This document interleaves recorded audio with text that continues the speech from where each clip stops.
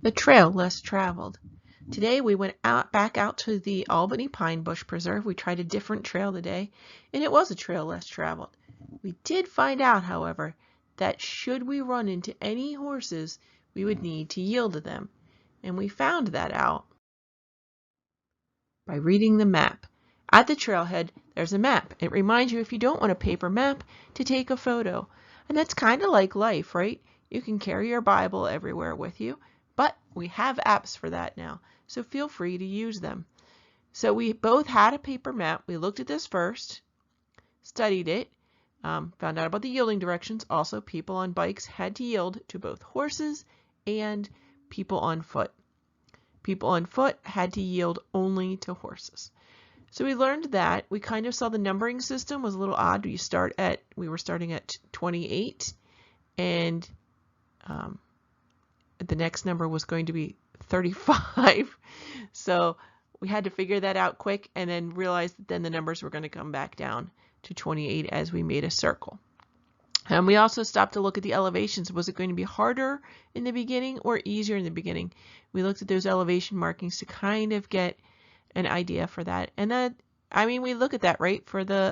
We look to the Bible to kind of see how it's going to be. The journey might be a little harder in the beginning, flattens off for a little while, and off and on it gets harder and easier. So we look at our map. We go back to the gospel and read it over and over. So here we are. We start out in the trail. This area, we chose this area because it's a lot more wild like it would be. So this is how the prairie area it would be. Soon after a fire, you might have this prairie would come in. So it starts out looking pretty easy, right, friends? As you can see, there's areas where there's almost normal height vegetation on the edge, but where we are is mostly grasses and a few small shrubs. And life's journey is like that at first, right? We're kind of on a high after getting baptized maybe, and things seem pretty easy. And we can see that there's difficulties ahead, but it's pretty easy right now. And along the way, we have our trail markers. We were following the yellow trail, so it was easier to stay on the trail. Sometimes in life, it's not that easy. But that's why we go to church every week, right? You go to Mass every week, and the priest gives you a little homily. Not only are you fed there, but you're given little tips along the way. And if you need more directions, you can always ask about spiritual direction. You may have a priest or a religious or a lay person there in your parish trained to help give you spiritual direction to help keep you on the trail. You can see this trail winds around a bit. The vegetation is slowly changing. It's getting more scrubby. So we're in a rougher area, right, friends? And this is where you might start turning to friends or just go refer back to that map. Trail. You can see here it's a little scrubbier than it was yesterday. So it's not so much just plain sand on the trail, but there's some vegetation involved. And that is one of the reasons I'm wearing my cowgirl boots again. It's like putting on the armor of God. Last year, we did a different section of this trail. It connects with it. And I was not wearing the boots, and my legs were so cut up by the grasses by the time we got home. I was miserable. My legs were so cut up. I wear a skirt, and I was wearing my cute little sneakers, and they are great for my feet. I have very flat feet, so I have very specific shoes that help keep me stable as I walk. So I was wearing those in the sand dunes last year, and man, did I get cut up.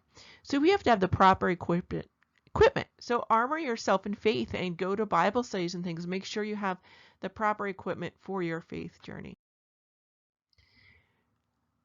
It's just a beautiful path, isn't it? And you can kind of see, though, there on the right, it almost looks like the path might go to the right, so it's a little tempting to wander off. Maybe go check out some of those plants over there, right? But we need to remember to stay on the. Here is just a wider shot. Isn't it gorgeous, friends? But you can see it can be a little confusing as to which direction to go. Even what direction do we go on the path? Sometimes we go a little backwards, don't we? We do sometimes. Here's my husband. He's going down. You can see we've left the prairie and we're just getting ready to enter a more mature forest.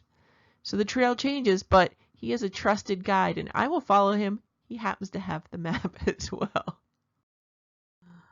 And every now and then you might encounter a little joy on your way, right? That special friend who uplifts you or invites you to adoration or maybe to join a rosary group or a new Bible study. We all have that special friend along the way just to give you a little bit of joy.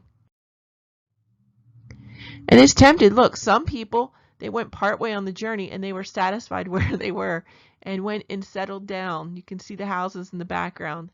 I just thought that was a perfect metaphor. Some people, they do a little bit on their journey and they say, this is good enough. I'm happy here. And they settle down, and some push on deeper. The leaves turning red suddenly on the pathway just reminded me of being on fire.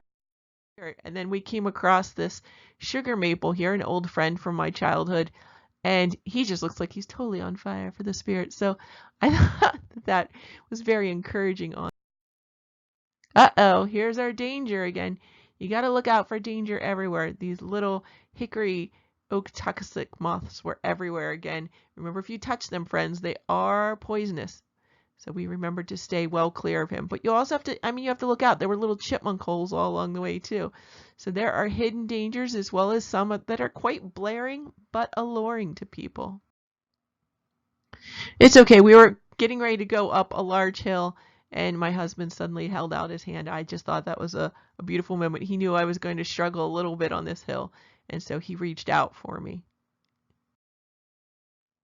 And you can see here, although we have some dragon flowers blooming at the bottom of the picture, uh-oh, is that pokeweed at the top? Don't eat those berries, friends.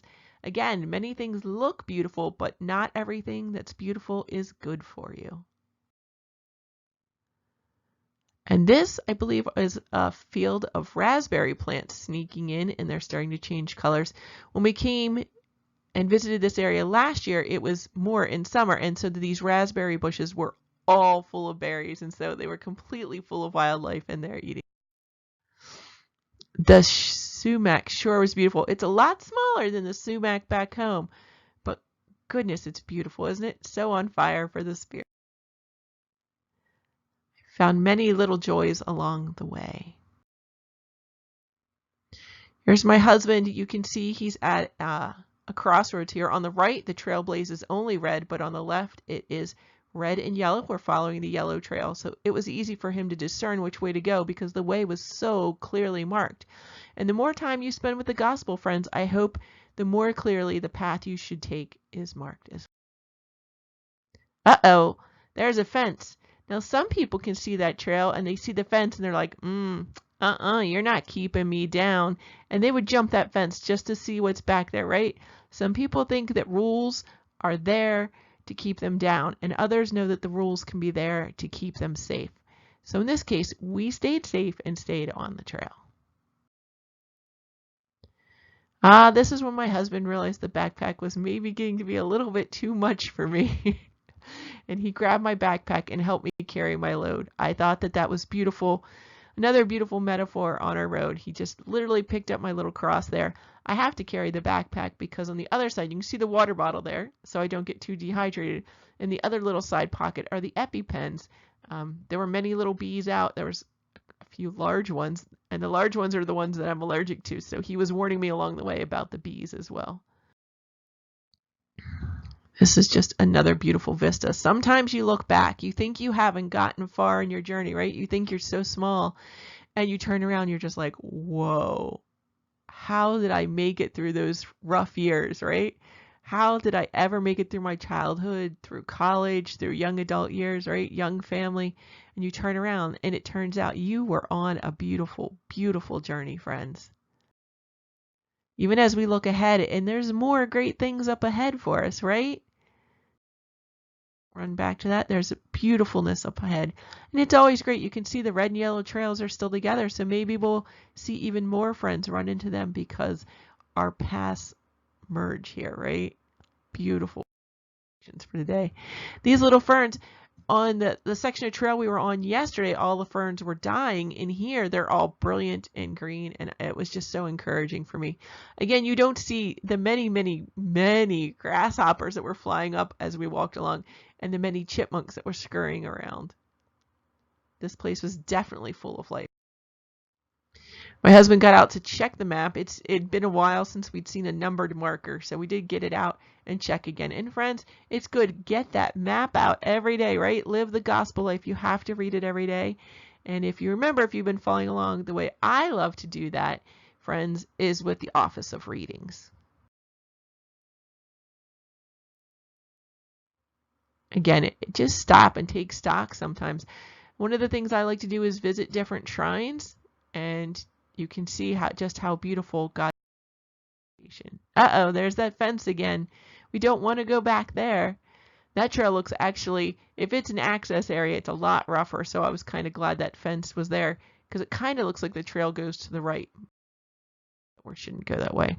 And here's my husband carrying my little time. You can see he's got the map in one hand. You can see my little EpiPens.